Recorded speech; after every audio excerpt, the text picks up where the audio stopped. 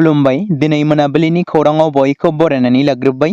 दासिमनि खौरांफोरा जाबाय गिबि खौराङाव दङ बिटिसिनि जानो गोनां काउन्सिल बिसायख'थियाव बिटिसिनि मोनफ्रोमबो पार्टिनि जाय बियाबाव गावबा गावनि बिजाथि मोनफुंनायखौ लानानै दासान्दि रायजो राजाफ्रा बरायनानै लागासिनो थानायखौ नुनो मोन्दों आरो रायजो राजाफोरनि लुबैनाय बादि मोननो हानाय बिजाथिफोरखौ बरायनानै लादों रायजोफोरा। जेरै बिपिएफ इउपिपिएल पार्टिनि बिजाथिफोरखौ बरायनानै लानाय बायदिनो बर' सावथुन मुलुगनि मुंदांखा सावथुन दिहुनगिरि प्रडिउसार लोगोसे आर्टिस्ट रिया ब्रह्मनि फिसाय मनरन्जन ब्रह्मखौबो बियाबनि सुबुंफोरा गाजा गोमजायै बरायनानै लादों आरो बिजेपि दोलोनिफ्राय गावखौ दतमा बियाबनि बिजाथि सायख'नायनि थाखाय गोजोननाय मोननाय फोरमायदों मनरन्जन ब्रह्मआ खौरांगिरिनि सिगाङाव।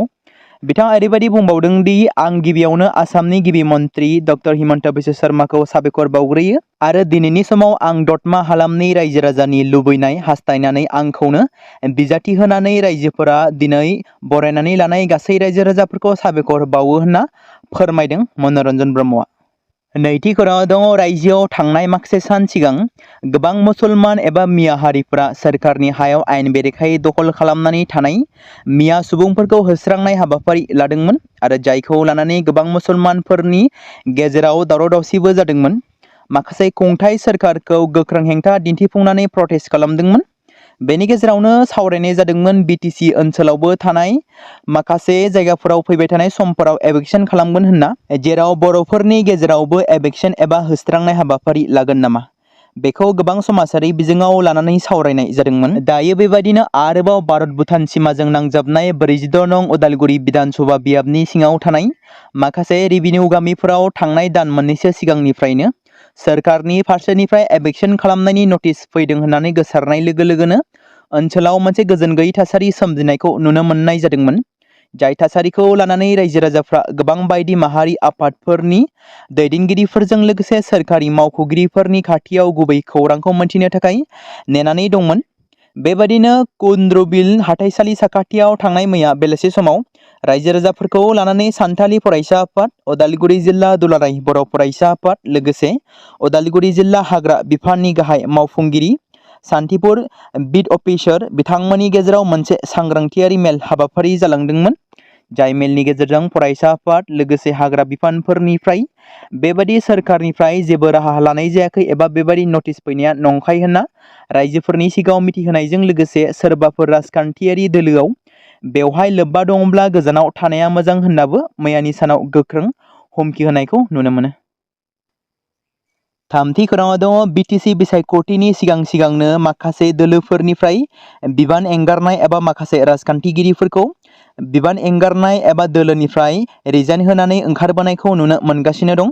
बेबायदिनो बिटिसि बिसायख'थिनि समाव कंग्रेसआव मोनसे गेदेर गुगानाय होननानै बुंनांगोन, जेराव कंग्रेस दोलो नागारबाय गर्जन मुसाहारिया, एपिसिसिनि गाहाय नेहाथारि बिबान नागारबाय गर्जन मुसाहारिया आरो बिथाङा कंग्रेस दोलोनिफ्रायबो गोजान जाबाय। ब्रैथि खौराङाव दङ बे समाव नोंथांमोननि गेजेराव फोसावनानै लादों मोनसे मुलुगनां थाखोनि गिख्रंथाव जाथाय। सानजा आफगानिस्तानाव जानाय मोनसे गिख्रंथाव बांग्रिंआव खमैबो 622 सुबुंनि जिउ खहा जानाय जादों। रिपर्टआव फोरमायथिनाय बायदिब्ला जाथायाव सा 1500निबो बांसिन सुबुंफोरा जोखोम जादों आरो बेनि सायाव दासिम नायबिजिरनाया सोलिगासिनो। बांग्रिंनि गोहोमनि जाहोनाव गोबां गामि आरो न'फोरा बायखोन्दा बाहागोआव सोलायदों। जायगानि सुलुंनि बायदिब्ला बांग्रिंनि गोहोआ रिक्टार स्केलाव 6.3 गोहोनिमोन। बेखौ फोरमायनाय जादों दि कच आरो पक्तिया ओनसोलफोराव बांसिन खहा जादोंमोन। रैखाथि हाबाफारिया दासान्दि जाथाय जानाय जायगायाव सिगांनिफ्रायनो 100निबो बांसिन सुबुंफोरखौ बायखोन्दा बाहागोनिफ्राय रैखा खालामदों। थेवब्लाबो गोबाङानो दासिमबो गोग्लैनाय बिल्डिंफोर आरो बायखोन्दा बाहागोफोरनि सिङाव थाबथानानै दं एबा होसिनजानानै दं होनना मिथिमोननाय जादों। बे बांग्रिंआ आफगानिस्तानाव गोबाव सम दावराव दावसि आरो मिथिंगायारि खैफोदनि गेजेराव फिन खेबसेबाव मोनसे गोथौ आंखाल सोमजिहोदों।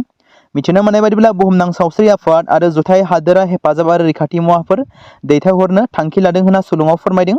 बेराफारसेथिं थैनायनि अनजिमाया आरोबाव बांबावनो हागौ होनना रिपर्टआव फोरमायदों। सेप्तेम्बर दान जागायजेननायावनो मोनसे मोजां खौरां फैदों। मोनफ्रोमबो फालांगियारि संग्रा गेस सिलिन्डारनि बेसेनखौ 54 रां आरो 50 फैसा खमायनाय जादों आरो बेबादि राङाव खमायनाय बेसेना दिनैनिफ्राय गोहोम गोग्लैगोन।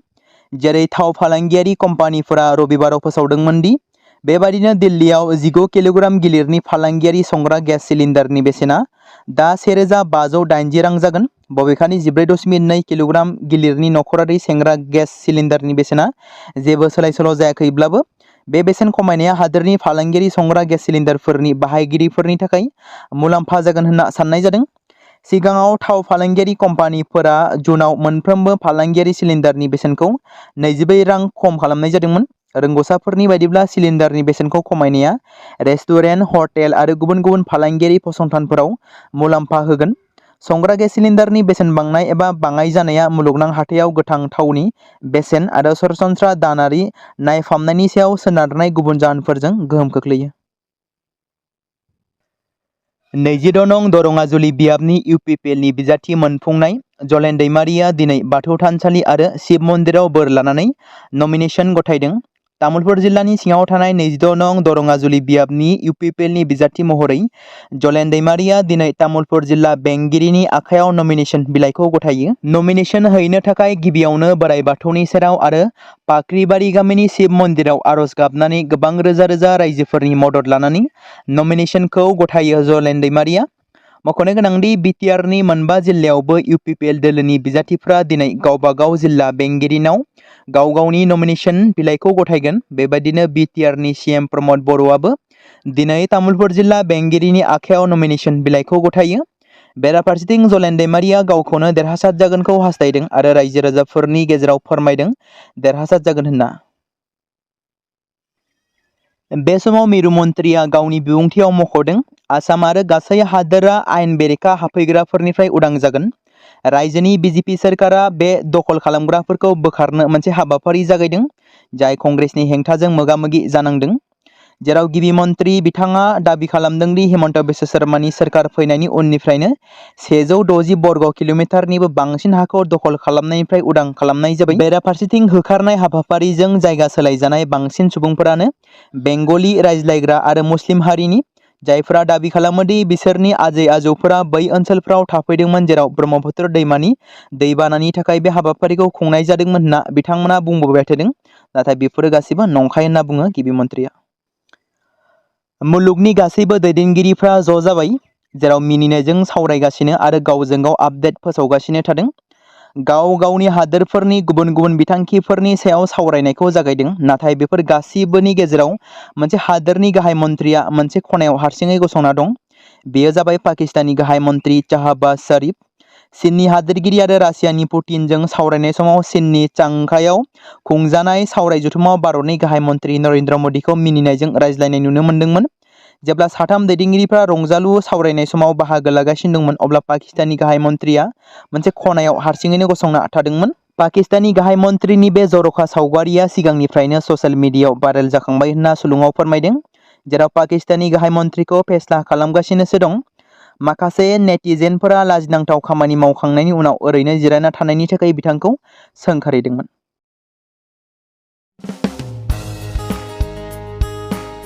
बे समाव मोनसे गोनां फोसावथाय बर' सावथुन नायनानै मोजां मोनग्रा गासै बर' रायजो राजाफोरनि गेजेराव लानानै फैदों मोनसे बर'नि OTT प्लेटफर्म गोनां, जाय प्लेटफर्मनि गेजेरजों नोंथांमोना बर'नि गोदान गोजाम सावथुनफोरखौ नुनो मोनगोन।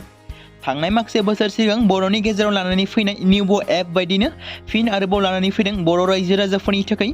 बे बाथ्राखौ मख'नाया गोनांदि 2025 मायथाइनि जानुवारि दानाव ओंखारनाय आंगो स्ट्रीम मुंनि मोनसे OTT प्लेटफर्म गोनां निउबो एपनि गेजेरजों नोंथांमोना गोबांथार बर'नि सावथुनफोर जेरै ट्रेजेडी, रमान्टिक, एक्शन आरो कमेडीजों बुंफबनाय सावथुनफोरखौ नुनो मोनगोन।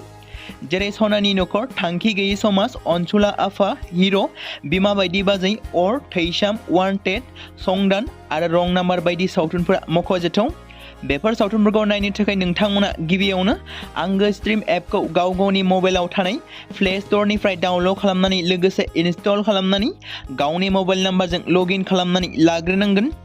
बेनि उनाव नोंथांमोना गोबांथार नुनो मोनै सावथुनफोरखौ गुगोल पे, फन पे आरो पेटिएमजों रं नाम्बार सावथुनखौ नायनो थाखाय 60 रां आरो संदान सावथुनखौ नायनो थाखाय 80 रां, वान्टेड सावथुनखौ नायनो थाखाय 60 रां, थैसाम सावथुनखौ नायनो थाखाय 60 रां बेबायदिनो गोबांथार नुनो मोनै सावथुनफोरखौ नायनो थाखाय सुबिदा खालामनानै होदों आंगो स्ट्रिम प्लेटफर्मा। फिन नोंथांमोननि गेजेराव फोरमायबावनो लादों बर' सावथुन नायनानै मोजां मोनग्रा गासै बर' रायजो राजाफोरनि गेजेराव लानानै फैदों मोनसे बर'नि OTT प्लेटफर्म गोनां, जाय प्लेटफर्मनि गेजेरजों नोंथांमोना बर'नि नुनो मोनै सावथुनफोर जेराव गोदान गोजाम सावथुनफोरखौ नुनो मोनगोन। बे बाथ्राखौ मख'नाया गोनांदि 2025 मायथाइनि जानुवारि दानाव दिहुनजानाय आंगो स्ट्रिम मुंनि मोनसे OTT प्लेटफर्म गोनां एपनि गेजेरजों नोंथांमोना गोबांथार बर'नि ट्रेजेडि, रमान्टिक, एक्शन आरो कमेडिजों बुंफबनाय सावथुनफोरखौ नुनो मोनगोन। जेरै रं नाम्बार, संदान, वान्टेड, थैसाम, अर, बिमा बायदि बाजै, हिर', अनसुल आफा, थांखि गैयि समाज, सनानि नखर बायदि बायदि सावथुनफ्रा मख'जाथाव।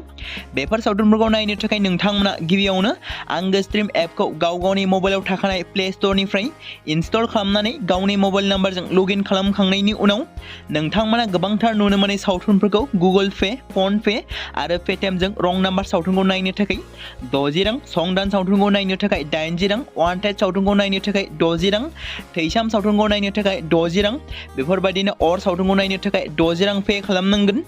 बेबायदिनो गोबांथार नुनो मोनै बर' सावथुनफोरखौ नायनो थाखाय सुबिदा खालामनानै होदों आंगो स्ट्रिम प्लेटफर्मा।